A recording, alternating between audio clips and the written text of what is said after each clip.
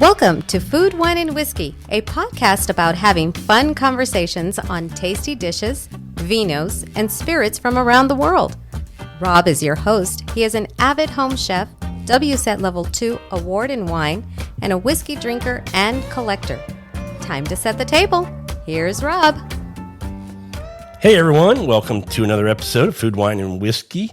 I want to start out by saying thank you to, if you're coming back to the show, you've listened before, you're coming back to listen again, I want to say a big thanks to you all. We really appreciate that.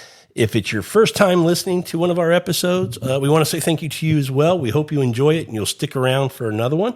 And go check out our library. We have, over 140 episodes out and some fun conversations that you can go through and listen to. You might learn a little something, but no matter what, you're probably going to smile and laugh a little bit. A lot of fun episodes we've put out.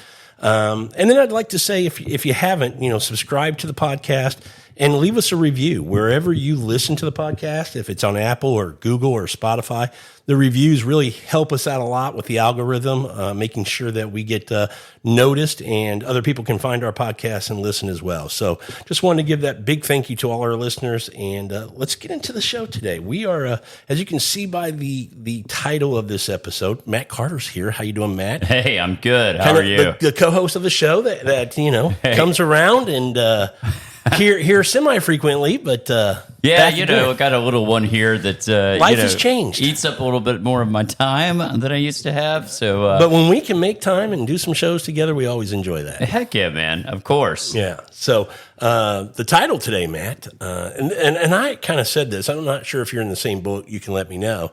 But why I'm over bourbon, and that's going to be the conversation today. Yeah. I mean, I think that we've both kind of been nerds about it, a couple years ago, really nerdy about it. Yeah. Really got into the collecting, chasing, hunting, secondary markets, all the kind of things like that. And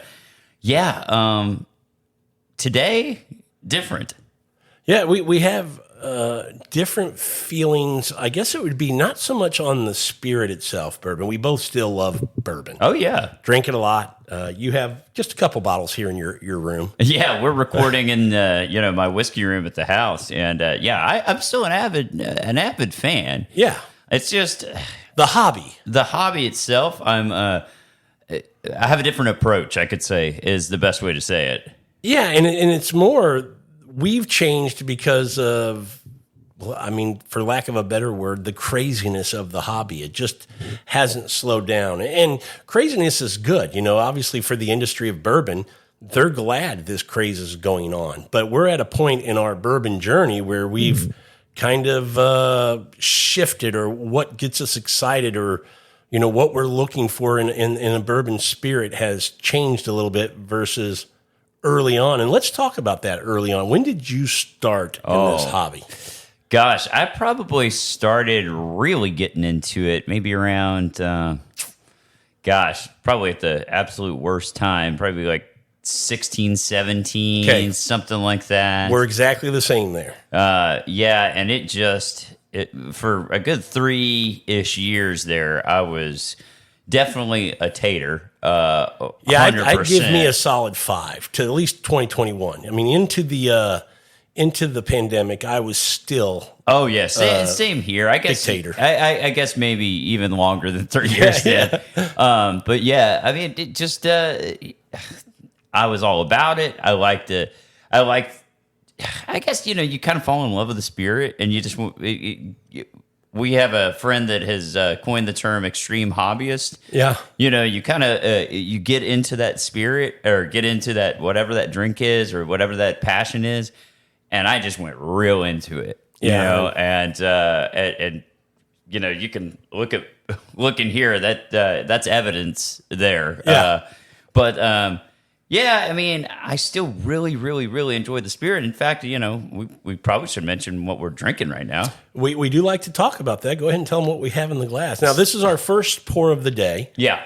So this is a warm-up pour, but still a fantastic 90 proofer, but a good 90 proofer. This is Buffalo Trace. This is actually a store pick from Ryan's Liquor. Give them a little credit here. But who helped pick this? That you and I actually helped pick out. So, I'll pat ourselves on the back here. I think we did a damn good job. But some of these picks, I mean, just we'll get back to the topic of the show. But I will say, if you see a Buffalo Trace pick out there, shoot, man, just grab it. Hey, some people are going, what do you mean if I see a pick? I know. What if I see a Buffalo Trace bottle, period? Yeah, I know. But part of the problem with the hobby. Yeah, that definitely leads us to that. Yeah. So, I mean, going back to my whole journey, I geeked out. I would go to the, pop into liquor stores all the time, trying, hey, you got anything in the back? Like all that kind of stupid stuff that you do. And sometimes it worked, and I got some good bottles, and sometimes I just bought stuff on secondary, which, I'll just go ahead and say it. I did it. Well, I mean, the price you were paying for the gas to go all around hunting, you can just buy that bottle on secondary. Yeah, I mean, back then, now prices have elevated so much, but I do see them coming down a little bit on secondary. But and that's part of our conversation today. We'll get into that because I kind of see the same thing. But let's start where we started, because I'm, the path to where we are now, ours are very much aligned. Yeah, I was the same way, started at the same time, and in the whiskey world, back in 2016 and 17.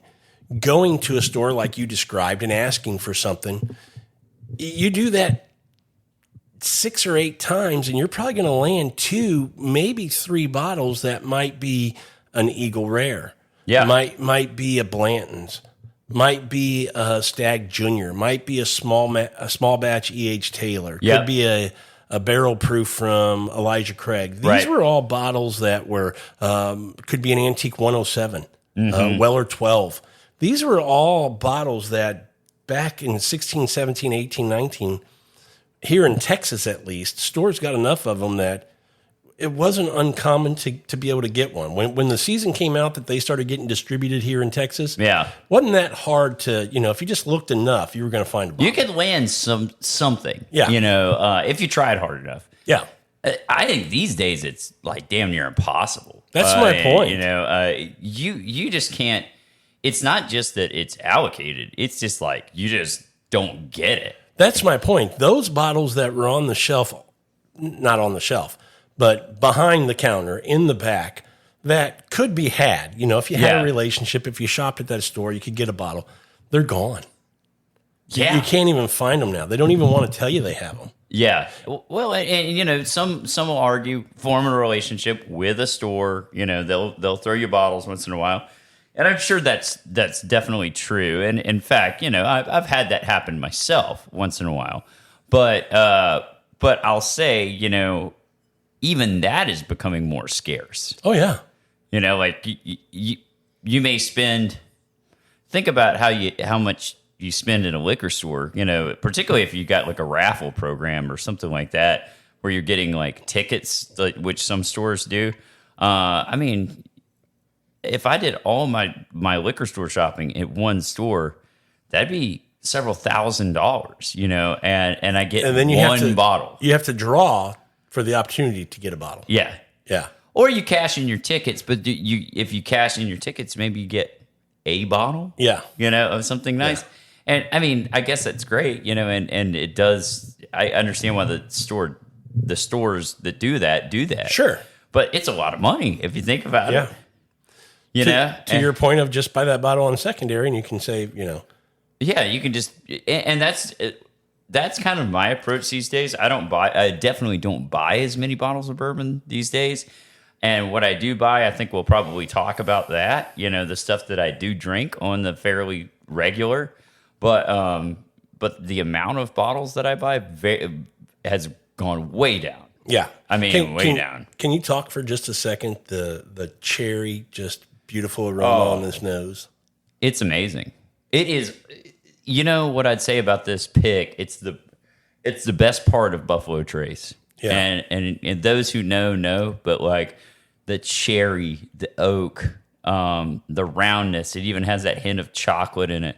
That's kind of, to me, that's Buffalo Trace. That's that distillery kind of wrapped up, and that's that mash bill #1. That it's very like that. Well, and for you and I, getting to drink this as a Stag Junior, and now as a Buffalo Trace. Buffalo Trace. Yeah. The Stag Junior was better. Yeah, of I course. will say that. But and we did ask, hey guys, if you don't want to go through the effort of proofing it down, just give put us it in a Stag bottle. Give us We're the fine. Stag Junior. And, That's fine. They didn't do that. They didn't do that. But I'll tell you, this is delicious. I mean, this is just fantastic. And honestly, at 90 proof, it drinks above 90 proof. Oh, I think it punches up too. Absolutely. I think, again, we're in Texas, and so we totally get if you're listening outside of our market and you don't have this readily available. We're blessed that we do. Mm-hmm. And I think, if this is readily available, this should be a staple in your rotation of what you're sipping on. And honestly, and this is another brag, and I do apologize everybody about bragging about getting to do really cool stuff.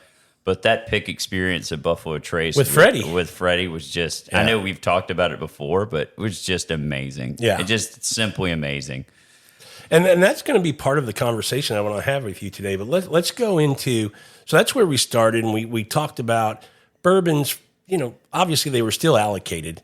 Look, I can even tell you that I was able to, on a handful of occasions back in, 16 to 20, get a William LaRue Weller asking for one, getting not for one, but for something in the back, getting a E.H. Taylor barrel proof, getting a George T. Stagg. Oh, yeah. That is not going to happen in today's world. No way. We used to joke about this. I mean, you'd always get those E.H. Taylor barrel proofs, and I'm like, I never got one ever. You can look get all the BTAC up there. You can look at all the stuff I got here, and I don't have one bottle of E.H. Taylor barrel proof. Well, we can trade. I've got a few. Yeah, they're good. But I'll just say, that bottle was very elusive to me. And now I would buy it on secondary, but the price has gone so crazy on it. It's like, and be patient because I'm seeing that they're starting to fall and come down a lot on allocated bourbons in general. Well, I'll tell you this: like when I was, and I should have just bought it on secondary when I kind of started getting into this. But back in the day on secondary, you could get it E.H. Taylor barrel proof in the, 250 to 270 range. That's right. Which they go for $100. So it's like, okay, yeah, you're paying more than double, but you don't have to go tater around and hunt and it just delivers to your door. And I'll say the ones that I've purchased weren't, they weren't retail. They were above retail. They were in a store, but they were all less than 150. So they were between 129 and 149. And then you're comfortable. I'm happy paying that. But like it got to a point where those bottles were, oh my gosh, getting to the price of what BTAC goes for sometimes on secondary. You go, okay, now this isn't worth it. Yeah. And, so that's kind of been our journey, to where we are now. And along the way, part of it for me, Matt, you tell me what you think about this. Part of it for me has been, anything you do, you want to have some success. The ratio of attempts to success can vary. But, it's like golf. You might not be the world's greatest golfer, but on that last hole. You don't say. On that last hole or during that round, if you hit 2 or 3 good shots. Yeah. You're coming back. That's enough to get you to come back. You might have hit 70 bad shots, but 2 or 3 good ones are going to get you to come back. I mean, it's just like I played last Saturday, and par 3, stuck it within 5 feet. Like that. I hit 10 shitty shots. Sorry, kid show. But I hit, not. But I had 10 shitty shots. But I hit that one. And you're talking about it. You're like, hey, I hit this shot on this par 3. It was, it was epic. So you want to play some more. You're like, that's enough to make you go, okay, I'm getting there. I'm coming back. In bourbon, same thing, right? It used to be, like we talked about, you go to several places, you're going to get lucky. You're going to hit something. Yeah. What really kind of started to derail me was you can't find anything anymore. Oh, no. So in the hobby, and let's also say that the hobby's going strong. We're not a true reflection of the hobby. There's enough new people that, when you ask them, when did you get into bourbon? Last year, 2022. So the hobby is going strong. Yeah. I don't blame distilleries for charging what they're charging. This is a capitalism market, and people will pay it. And if they're going to pay it, why not charge it? So I have no problem with that. Yeah. It's just if I'm going to do it, there's got to be an opportunity to win at some point. Yeah. And I'm not winning. And the last draw for me was a buddy of mine convinced me to go to Specs is a big box store here in town. I know where you're going with this. Convinced me to go to this big drop that's supposed to have all these allocated bottles. Everybody's guaranteed to get something. And a good friend of mine convinced me to go. We show up at 4 a.m. We wait in line for 8 hours. We finally, or actually probably more like 9 or 10 hours. Yeah. Because by the time we made it into the store, because we were so far back, this is like, 6, 7, 8 blocks down the road, the line? Good thing was the weather was nice. Weather was nice. It's in February or whenever. Is it February? I think it was February, like that. And we got shit. We got nothing. Nothing. And that was kind of this past February. And I was reluctant to go, but, I'm teasing you. But it was said by multiple people, everybody gets something. Everybody's going to get something. That's the difference between a year. Because remember, I went the year prior. Right. And I didn't even wait in line. I showed up at You said it was like 1 o'clock, 12:31? Around noon. And they still had a line going, but I was able to just pop in the line. Maybe I waited 20 minutes and got into the store. And I still got bottle of Weller 12, got an E.H. Taylor pick, got a, you get a Stag Junior too? I got a Stag Junior. Yeah. I walked away with 3 good bottles. Yeah. So you had some ammunition to tell me this, let's go do this. And I was like, oh, if it's anything last year, we're going to get stuff. You know? Even one bottle, even if I'd have got a Stag Junior, I'd have been happy. But I that was what was kind of disappointing. And I don't know if it's a fault of, not trying to throw Specs under the bus or anything, but if it's a fault of Specs that they put everything out so everybody got an opportunity, that was going through the line. Yeah, you could buy 20 bottles if you wanted. Yeah. I think that if I were running that program, I would have put certain things out and left certain things behind. And as the line progressed, you would put more out for people to take.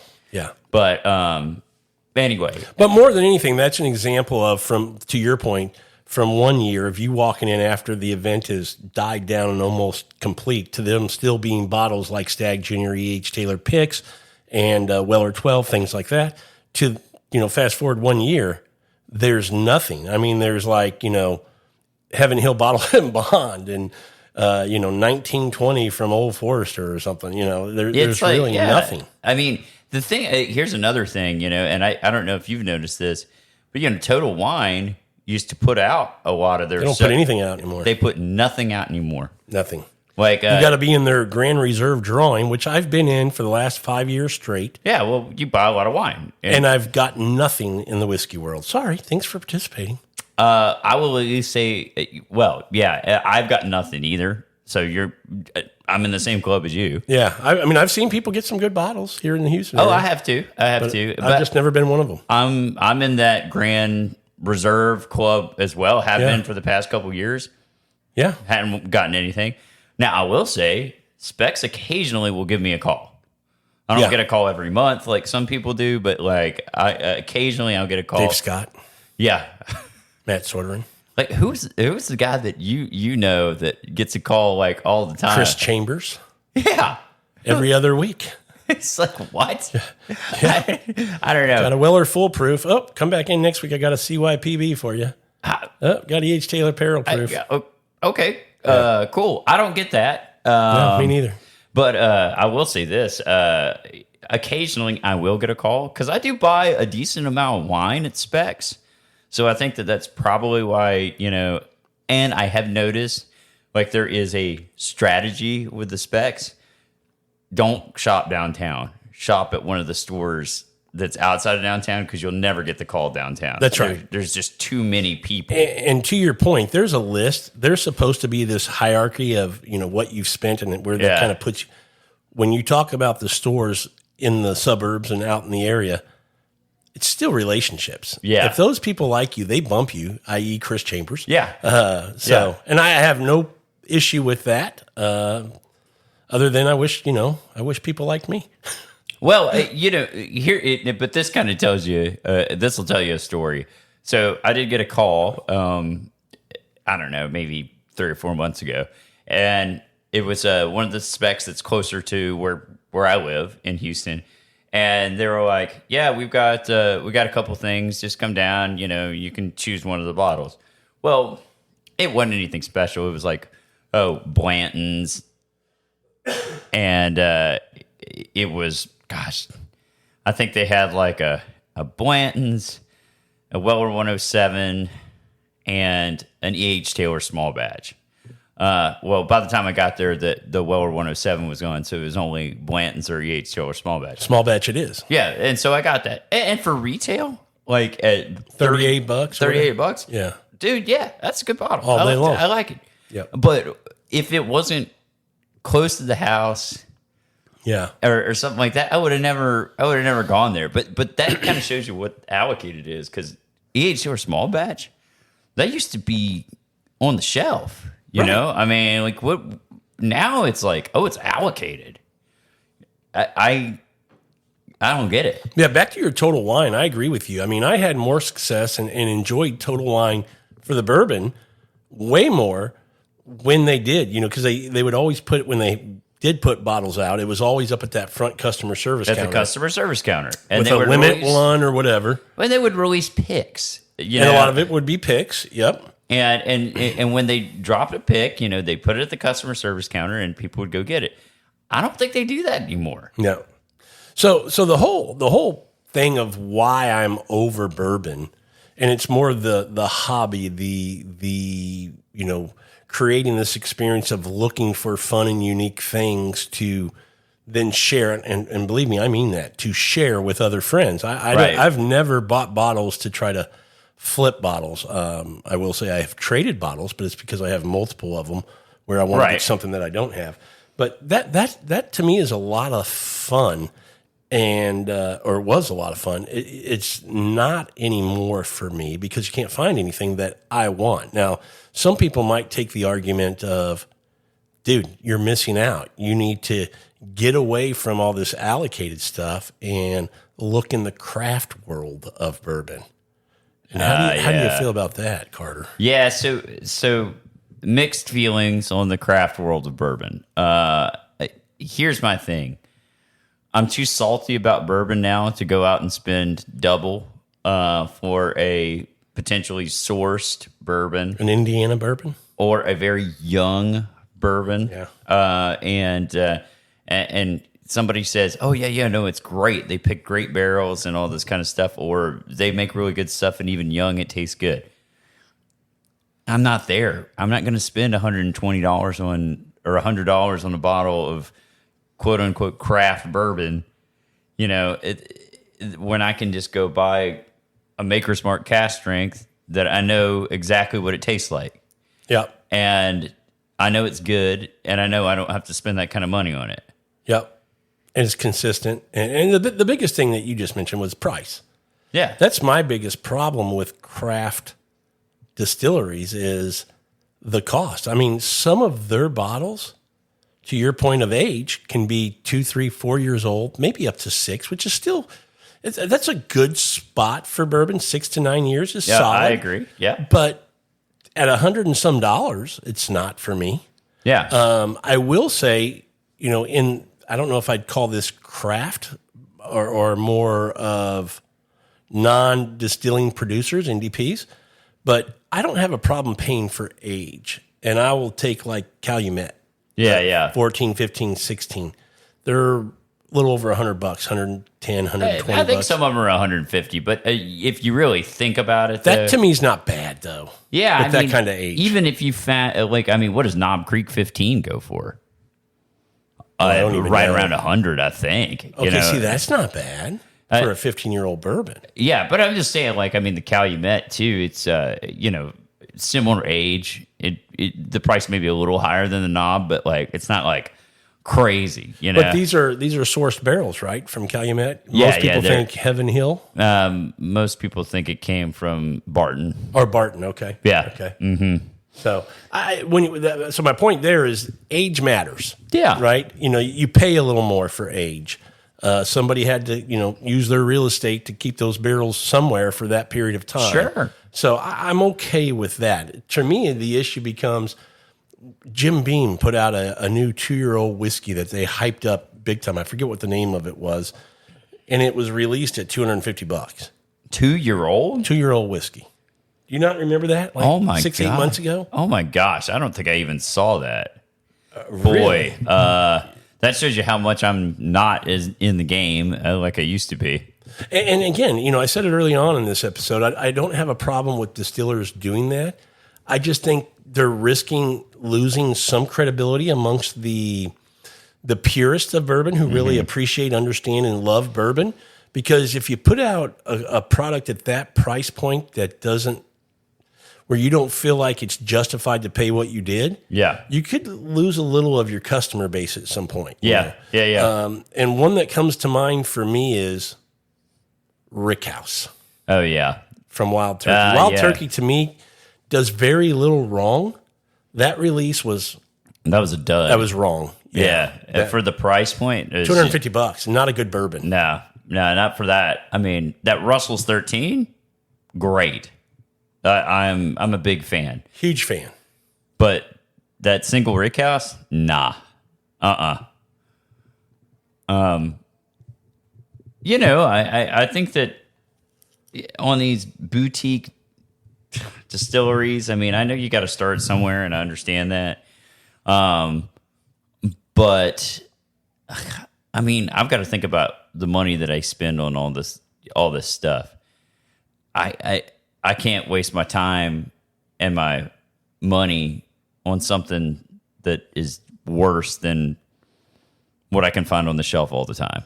Well, and the other thing I would say is potentially, I guess. I think they understand the market, and they understand there's this craze, and they understand that most of the people still in the hobby, or at least there's enough people still in the hobby willing to overpay just to say they got a bottle of something, not really, And I guarantee you, anybody who bought a bottle, not anybody, but a lot of people who bought bottles that, under-delivered, like we're talking about, if you asked them, when they had it, they would say it was wonderful. I mean, they're going to try to justify that it's Wild Turkey, it's Rickhouse, it's a great bourbon. And, you got to be honest enough to think, we do it in wine. There's wines we'll pay $100 for, and we go, it's not worth it. There's wines we pay $50, and we go, we'd pay $100 for that. Oh yeah, for sure. Now, I mean, I'd say like sometime this, I'm just staring at the whiskey wall here, and I see, Bardstown up there. Some of their early like discovery releases and stuff like that. Those are really good. Like, yes. I mean, they put on their label where they, the age statement, what they blended together, all that kind of stuff. Those weren't cheap bottles, but it was really good, And that's my thing, age matters. Yeah.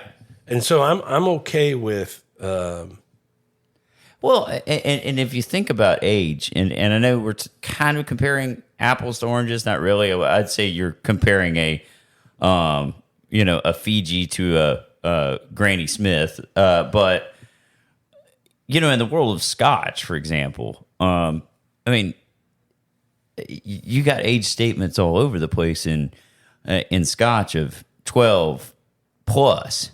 Oh yeah, and you pay the money, but at least it's been sitting there for a long, long time. No, absolutely. That's the thing about Scotch is it does get that age on it. Yeah. And that's, again, gets back to what you're paying for. The other thing, I mentioned it about, these non-producing distillers and craft distillers know that the market's crazy and the market dictates what you charge. Yep. Right.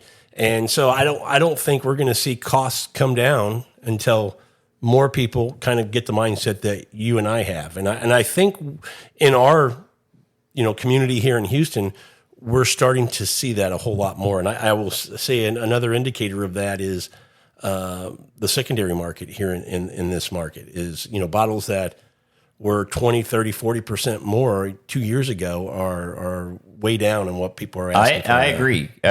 And I don't know, too, is if, some of this increased production, some of the stuff that's happening at Buffalo Trace, some of the stuff that's happening at, all of these major distilleries, that the increased production is finally catching up a little bit. And maybe that is, and that's good. If the production is catching up and you start seeing more of these allocated quote unquote bottles start popping back on the shelf, hey, maybe I might get back into, bourbon a little bit more. But do we think we'll see that? And here's why I asked that question.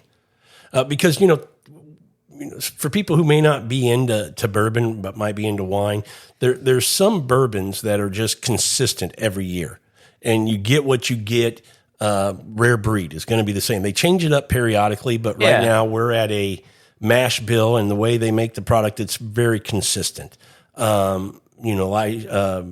Elijah Craig 94, or if you got into Knob Creek 9-year 100 proof, things like that are very consistent. But there are some bourbons that we like, that we would chase, and it's not just to have the same bottle over every year. It's because it's different. I.e. George T. Stagg is different every year. E.H. Taylor Barrel Proof is different every year. Yeah. And that's kind of like the wine world. The different vintage comes out. Yeah. You want to see, how is this different from last year's? Even though it's kind of the same process, it's going to be similar. It's going to have a profile that's similar, but there's going to be some subtle changes and differences. And that's what makes it fun to try those things. So to your point of, you would get back into it if it were more accessible, I agree with you. I probably would too. It's just can't find them. And I know we've said that multiple times, but that's just really what it boils down to. And I think, tell me what you think about this being part of the issue. And I want to call it a problem because I don't blame store owners who do this. Store owners have gotten smart. And with social media today, they can see what's going on and they know they're secondary. And there's no restriction to them. There's a suggested retail price. Sure, yeah. But there's no restriction on what they can mark those bottles up for. So a lot of stores you'll go into, and there are actually bottles on the shelf, i.e. Sonny's and Katie. Yeah. And they're at secondary pricing. Yeah. You'll see an Eagle Rare for $100 when, you can buy it at the store for $32 if you could find it. Yeah. I don't have hard feelings for stores that do that, because why should they sell it for $30 for a guy who's going to go then flip it for $100, and that guy just made $70, and the store maybe made 10 on the 30 because what their cost is, So I don't have a problem with the store doing that, but doing that contributes to my lack of interest in the spirit, and I wonder how much, if stores continue to do this at a bigger rate. How much of, when are we going to start to hit that valley in the wine world? Well, I still think we're kind of growing. I mean, not in the wine world, in the bourbon world. I still think we're kind of on a trajectory going up, but at some point, like everything, it's going to come back down. Well, I mean, just like back in the day, when the GIs were coming home from World War II. I mean, they were into bourbon, they liked it, and then all of a sudden, their kids didn't like it. Yeah. That and could that happen these days? Yeah, I think it could. There could be a shift toward different spirits, and you've got all this increased production, so you could have another bourbon glut on your hands. I don't see that happening anytime soon. Not in my lifetime. But in the next 20 years, sure, yeah, I could maybe, see that. I think one thing that's endured to people and endured to a lot of people from the United States is that bourbon is our spirit. It is our national spirit, and people kind of get into that. Yeah, and rightfully so. And I get that. And there's a lot of cool history behind bourbon. I mean, the Russell family, the talking to somebody like Freddie over, the history of Buffalo Trace and everything. I mean, you talk about the Samuels family with with Makers and all this kind of stuff. There's a lot of cool history there, and I get why people are into that aspect of it, and that encourages them to want to drink more bourbon. That being said, will it eventually kind of the interest temper a little bit? Maybe. I think it will. It'll lighten up. I think once you're kind of hooked on the spirit, you enjoy it, you appreciate it. I don't think that's going to go away. I think what we're going to see happen more is what, I think you and I are, where we are and what we enjoy in bourbon, which is kind of those, the foundations of bourbon, those distillers who have been around for the long haul that have that kind of legacy to them. When you talk about, Jim Beam, yes, it's a bourbon. When you talk about Wild Turkey, when you talk about Jim Beam, is that what I said? Yeah, you said that first. Sorry, Jack Daniels. Yes, it's a bourbon. Yeah, yes, it's bourbon. Jim Beam, Old Forester. When you talk about all Brown Foreman, and those. Four Roses. These are quality bourbons that I give them a lot of credit because when you look at their lineup of quality product, let's just take Rare Breed as an example.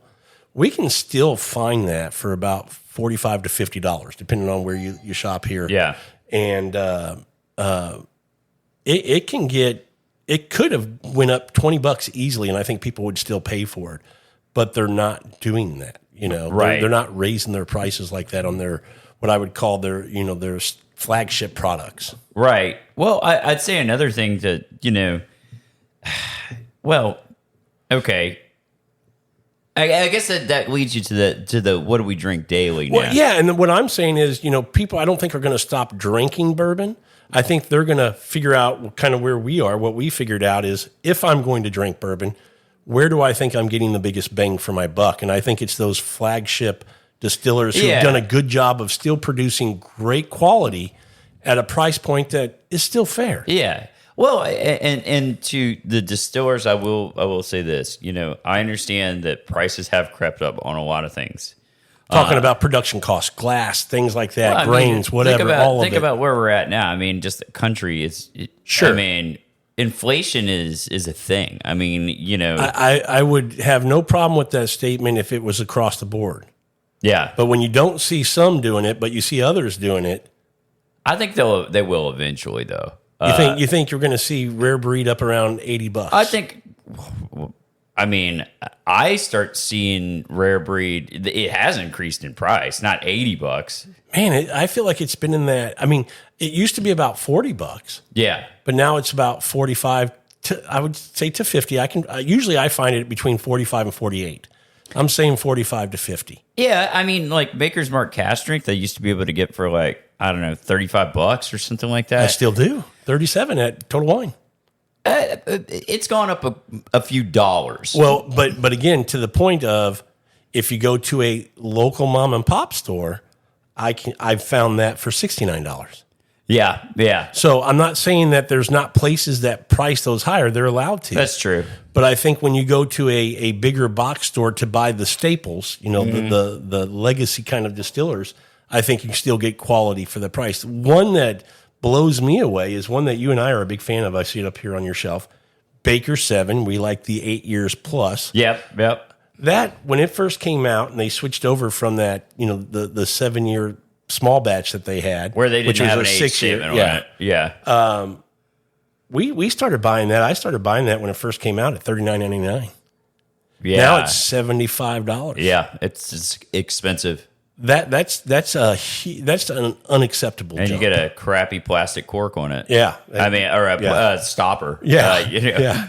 I mean, there's certain things out there that have gone up in price. I mean, and that's not a production cost that it went up that much. It's because people are buying enough of it. They go raise it. They're still buying it, raise it more. They're still buying it, raise it some more.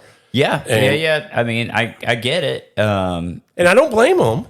It just stops somebody from, like me, who enjoys that bourbon from buying it now. Yeah, no, I get that. And, I'll say, I don't like when that happens. I mean, think about like Weller 107. That used to be, what? $40? A $40 bottle. Now it's like 80. I mean, I think the suggested retail price is still like 49. 55 or something like that. So it hasn't went up a lot for the suggested. But of course you're going to see it on the shelf for a lot more than that. But like even the suggested retail price, I mean, from $40, $15, I mean, that's a pretty big jump. anyway, I think, And I get that things go up because you're exactly right. Weller 12 used to be, $32. Now it's 38 if you can find it, or Yeah. 40. Eagle Rare used to be $27. Now you're 33 to 35. Yeah. I get things go, and I get that it should go up. Yeah. But I'm talking about when you go from 39 to 75. okay, that's huge. That's what I'm talking. mean, And there's it didn't other get that much better. No, there's other examples of that. Yeah. Or examples of bourbons that have done that where I go, that's just crazy. Well, I mean, you're picking from a distillery that definitely has done that. Heaven Hill? No, with the bakers, you're talking Jim Beam. Oh, Jim Beam, yeah. Yeah, so I mean, they used to have those great picks that were out, and yeah. and all that stuff. Now that I don't blame them for doing it, but now they have a 12 and a 15, And you're talking specifically Knob Creek. Knob Creek. Yeah, we used to get 12, 14, 15-year-old picks for $60. Yeah. Yeah. Yeah, you don't do that anymore. No. So yeah, they have definitely increased their price. Now, here's I'll give a pro thing about bourbon, as opposed to which I definitely drink a good amount of wine. But here's a pro thing about bourbon, and I will probably have this go down tonight. Okay. If I don't want to commit to opening a bottle of wine, which if you open a bottle of wine, that usually my wife and I'll finish it. You're not a quitter. I'm not a quitter. But if she's not wanting to drink or something like that, it's not. You can open a bottle of bourbon, have a pour, and enjoy yourself. Tonight, I will most likely watch the stupid Cowboys. Yes, Sandra, you heard that. And I will probably have a pour Of bourbon. of bourbon. Nothing wrong with that. I still enjoy my routine of, prepping in the kitchen, Yeah. cooking. Love doing that. And having a little pour of bourbon. Yeah. It's just it's good. It's good spirit. It's just relaxing to me. Yeah. I enjoy a good pour. Yeah. And then I go to You move on. wine for dinner Yeah. and stuff. So I agree with you there. Look, I am not going to stop drinking bourbon. I think I'm still a tater. I'm just not sure which boxes I check right now. To Yeah, qualify I'm as a kind of the tater. same way. Yeah. I'm kind of the same way. I guess maybe I get, I get more jazzed about picks and things Bingo. like That's that. what I wanted to bring up next. I think more than allocated bottles, it's the picks that I like to go after more than anything. those are fun because they're one-offs, Yeah. and They're that- unique. Yeah, To your point of one-offs, they're excuse me, 100+ bottles, yep, and that's it. yeah. They're fun, and particularly if you know who's picking it, like us, but Or even somebody else in town. even or- somebody else that is known to have a good group together for picking. Yeah, I mean that gets me a little bit more jazzed. Yeah. And I'll most likely search that out a little bit harder. Agreed. But yeah, I think I've gotten to this level in bourbon that, well, I'll just tell you what I drink these days. Yeah, we're over the hype, is what we would say. We still love the spirit, and if Yeah. you're not into bourbon, get into bourbon. But what you it's a should lovely spirit. I mean, Oh. it really is a great. on its own or in cocktails. It's great. It's Yeah. great. It's a tasty drink. Now, what I think bourbon has done to make it very successful, they've played off the America's Spirit type thing. Yep. They market very well, Yeah. and there's a lot of online groups that contribute to that hype of it, and everything. I'd say this, for example, compared to another spirit, which it's not the same, but has a rich history and all that kind of thing. I think rum is very under people. It's not advertised. It hasn't been well. discovered yet. It's discovered, but I mean, by the masses. yeah, people haven't dove into it hard. Yeah. I don't know. I don't know what has held it up. I mean, it's certainly gained popularity recently, but nothing to this.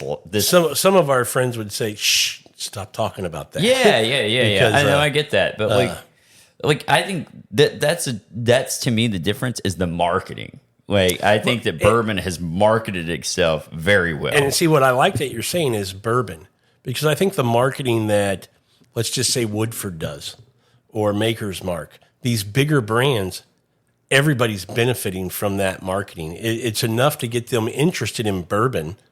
They might try a Woodford and go do that, but then in the store or through social media, somebody else is going to go, yeah, that's good, but have you tried? And now the snowball is starting to roll. And they've hooked themselves up to sporting events. They've hooked themselves up to, Don't they do something with horses? Yeah, exactly. Something. I mean, like the Derby, come on. That's like people drinking, all these celebrities drinking mint juleps and all this kind of stuff. You've got TV shows like a Justified or like, where they're drinking Blantons and, or you got a John Wick, or you got, You've got, what's the one on Showtime? The Billions? Yeah, where they're drinking 25-year-old Michters. Man. So, okay.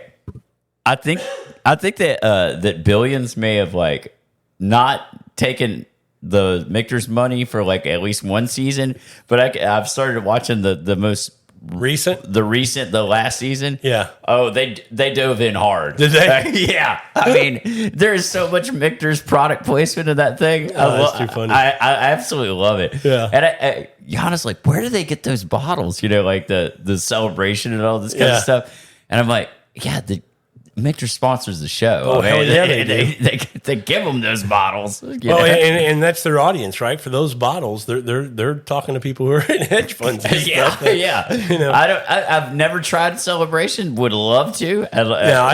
We didn't. I thought we had a pour with Chris Shepard. He had a bottle, but we didn't get a pour. We didn't get a pour. Yeah. Now our buddy, I did see that our buddy Mark over at Ginger and Fork was celebrating his birthday the other day. And he is this a call out to Mark? Yes, it is.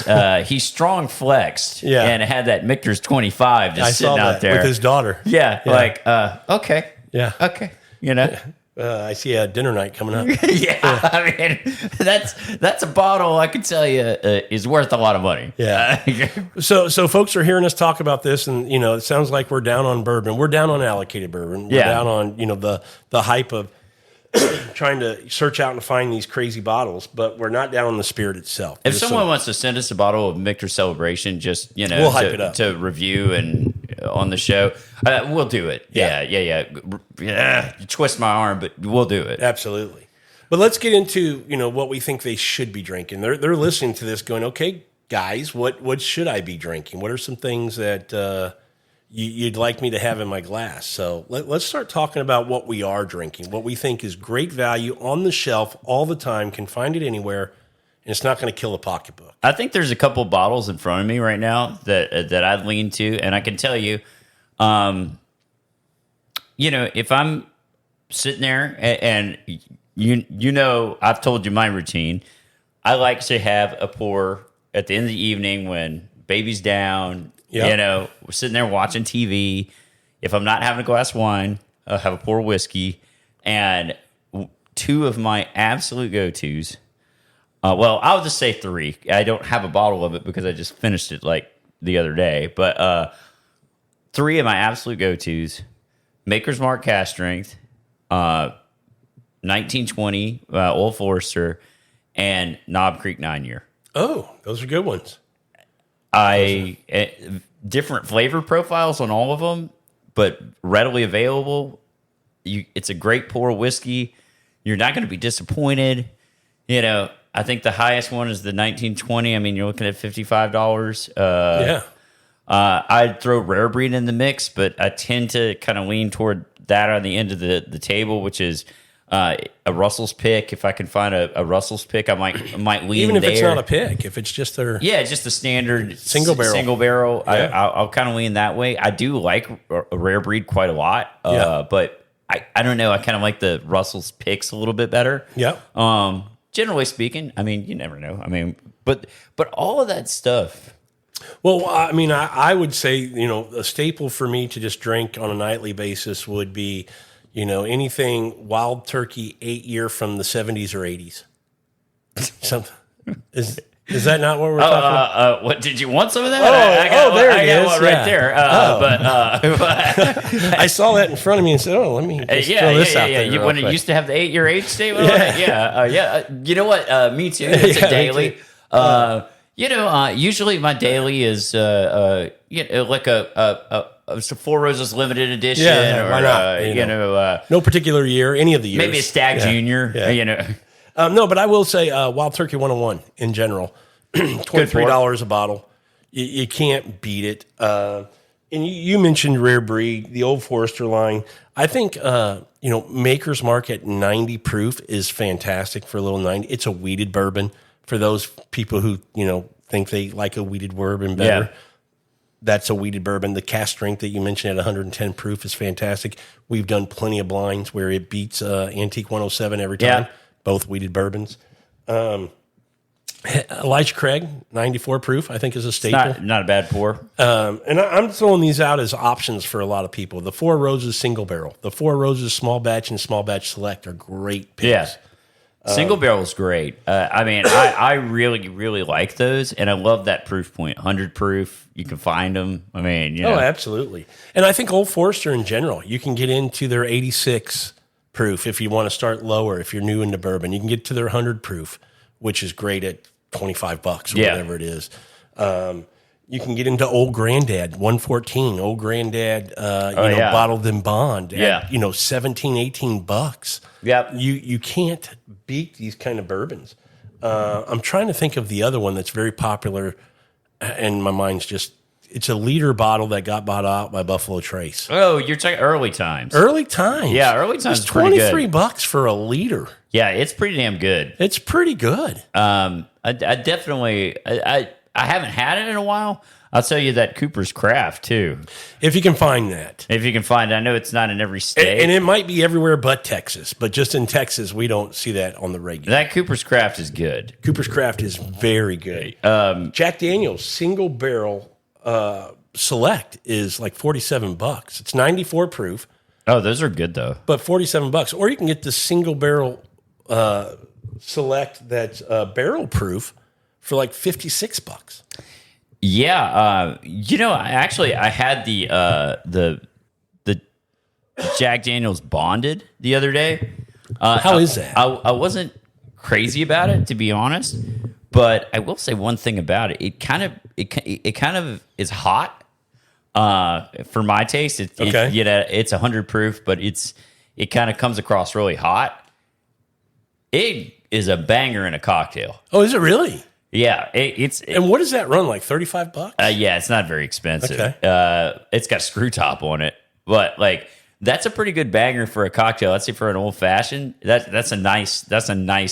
Well, and I would say keep an eye out on Jack Daniel's. Their black labels supposed to start coming out with an age statement in it. Didn't I see Wade post something? Yeah, about I think so. Yeah. So also they're supposed to be doing those. Jack Daniel's rye, like the barrel proof, as a on the shelf store, thing. Sometimes Jack Daniel's can get a bad rap for just the 86 proof, not very good. Old number 7 behind the bar mixer, but they have some great products. Yeah. Oh yeah. Well, I mean, they're a big distiller. I mean, they Brown-Forman, baby. They've got all kind of barrels that you probably. Would love to have, and I will say their rye is just delicious. Well, and talking about rye, bourbons and ryes are kind of in that same. They're kind of blended, Yeah. I would throw Old Forester rye at 100 proof out there. Just a great cocktail mixer. I just bought a liter of it yesterday at Total Wine for I think it was $26 or something like that. That's a damn good buy. You can't beat it. If I make Manhattans or make things like that, Old Forester rye, baby. I love it. Yep, I'm with cheap, you. I mean, that's what I mean. That's the point of this is that there's so many high quality, fantastic bourbons. Here's another one I'd throw out looking at your shelf. 1792. Oh yeah, they're pretty much across the board. Product offering is really good. Really good. So you can't beat those. You can't find the full proofs as much. The bottle and bonds are harder. They're more I don't think they're allocated, but they're just more scarce. Yeah. But if you do run across them, they're great to have. But I was trying to look at your collection here for some, some po people bourbons, but you don't have many. well, the ones that are up top, are a little bit. Okay, so it's set up like a store, the top shelf stuff. Yeah. Well, that's exactly what it is. It's a bar. Oh, you mean you don't drink that on the top right all the time? All the You pop that, baby. I'll have some right now. 1855s and all that kind of stuff. No, but yeah, dude, there is some really good stuff out there. But the reason it's on the top. So you're not tempted to get it? Well, no, not necessarily that. Just because I don't reach for it that much. Okay. What I'm doing is reaching for this row. Well, if you brought that down, I'd help you reach for it a little more. I'm just saying. Yeah, that's true. That's true. There is a ladder right there. You can go get that stuff. Yeah. But anyway, I mean, I don't know. There's one that I wish that wasn't allocated that I just really enjoy, and that's Eagle Rare. And for people who don't know, it's a 10-year-old bourbon. Yeah. And when you can find that at retail for $35 or less, it is hard to beat. I'm absolutely. I used to say, "Ooh, Eagle Rare, blah, like boring." I love it. By the way, did we ever get our pick in? We picked a barrel of that. No? Still ain't gotten it. Well, remember, it took over a year to get this Buffalo Trace. That's true. But yeah, there's still good stuff that's out there for sure. And that's more the point of this episode was to, just kind of let you know where we were in the craze of the hobby of collecting bourbon and trying to find unique and fun things. And here's something I would ask you, Matt. When's the last time you've been to a bottle share? It's been a minute, and I actually enjoy those. But it's hard to, I think the bottle share, when you think of the premise of a bottle share, it was really driven by people having unique things that others didn't, bring them all together, and everybody gets to sample something together. Yeah. A couple of things. One, it's hard to get unique things now. Yeah. And two, over the years that we've been into it, we all have about the same thing.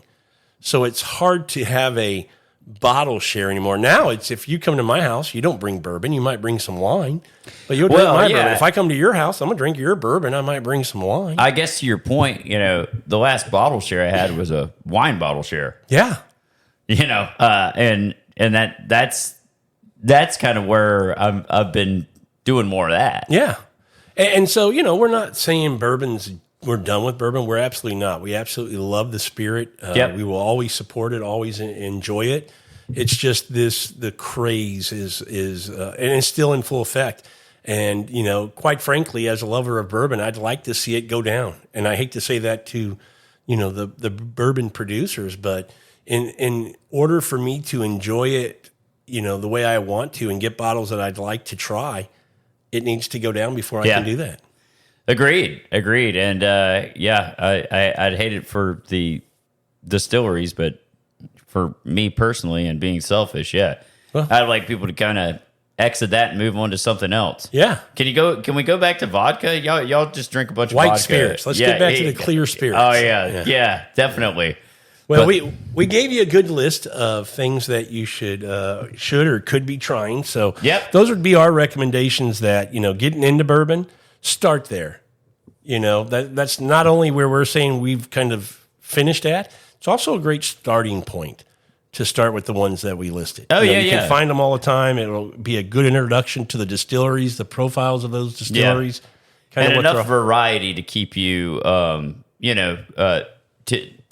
not get bored. Exactly. And then once you get into that, then you can, if you want to expand a little bit into their portfolios, you can do that. They have some higher end things, all of them, Wild Turkey, Jim Beam, Four Roses, Jack Daniels, all of them, and make some fun and unique things. So, and then you can just, your journey will be your journey from there. You go where you want to go. Right. Yeah. Exactly. Well, fun episode, man. Fun conversation. Yeah, dude. Definitely.